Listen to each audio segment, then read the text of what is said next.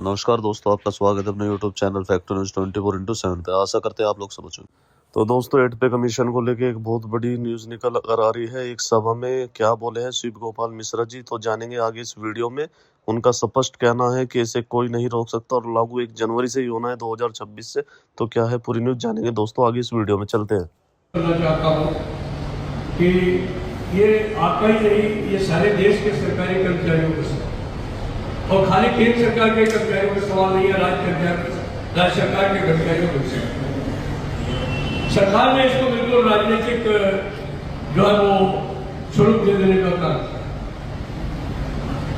क्योंकि उनको मालूम था कि दिल्ली के चुनाव हार जाएंगे, तो इसलिए उन्होंने पूरी कोशिश की कि जो भी पिटारा खोला जा सकता है सरकारी कर्मचारियों के लिए खोलने का काम। तो इनकम टैक्स में भी छूट मिल गई है आपको, और आपको जो है वो पे कमीशन का जो है वो अनाउंसमेंट किया।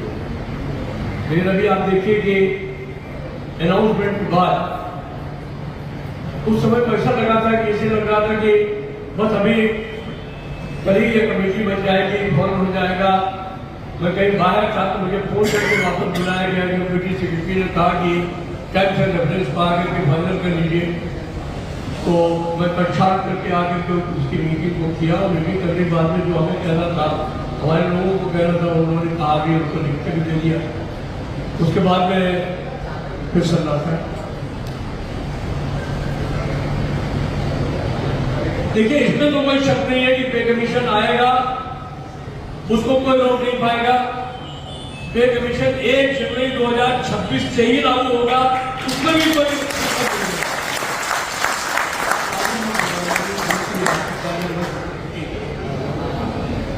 मेरी अगली बात।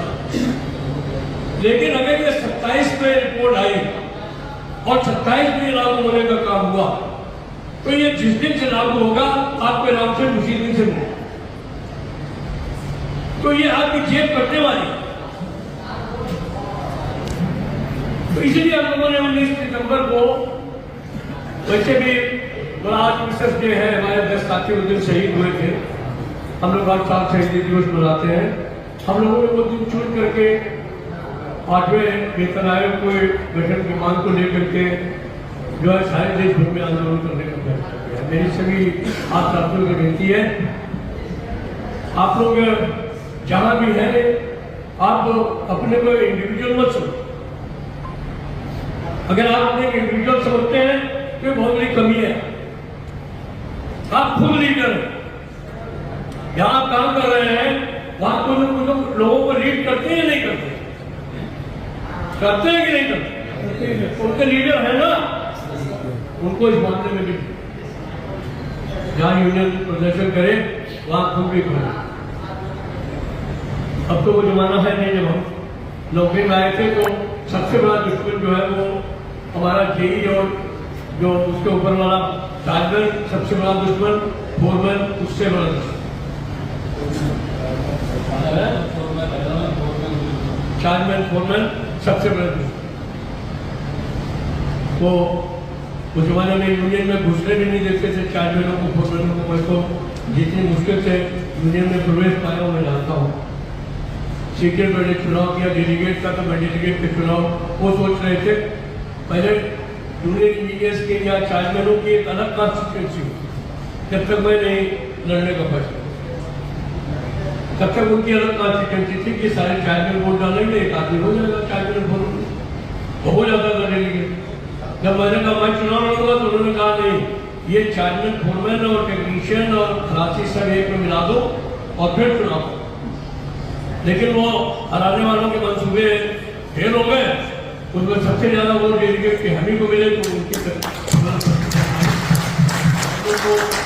करने वाले लोगों में हमने शुरुआत से यही गुटकी पी के ही पड़ी। तो अभी मेरी विनती यही है कि देखिए, आंदोलन में अगर आप शामिल हैं, आंदोलन में आपकी भूमिका लें, यूनियनों में आपकी भूमिका लें, तो आप चाहे जितने मूवमेंट में हमको देते हो। हम कोई लोग कुछ कराते भी रहते हैं, ऐसा नहीं कराते हैं, तो कराते हैं, वो आपको पता भी मिल जाता है। आखिर से कार्डियक स्ट्रक्चरिंग का लाभ जेई और एसएससी को मिला है नहीं। आज वो रोज मेरे से कहते हैं कि इसको रिव्यू करा दीजिए, हम रिव्यू नहीं होने दे रहे, क्योंकि रिव्यू होगा तो हमारे ऊपर की पोस्टें ज्यादा हो गई हैं, वो कहेंगे इनको कम कर दो, हम कैसे मान सकते हैं। 4854 की लड़ाई कितने दिन लड़ी गई, हर आदमी जानता है इस बात को। अभी इस बात की लड़ाई चल रही है कि भाई सब जगह जब 2 साल है कूलिंग ऑफ और रेजिडेंसी पीरियड, तो आखिर इनके लिए 4854 में जाने के लिए 4 साल क्यों रखा। और ये मैं करा करके मानूंगा ये बात, उनके लिए ऐसे नहीं होगा, इसको फर्क करना ही पड़ेगा। ये फंक्शनल नॉन फंक्शनल का भेद डाल करके और उसमें समय सीमा बढ़ा देना, ये बिल्कुल गलत है। मैंने इसको डीओपीटी में विवाद किया है, डिपार्टमेंट ऑफ एक्सपेंडिचर में विवाद किया है और इनमें विवाद करते हैं।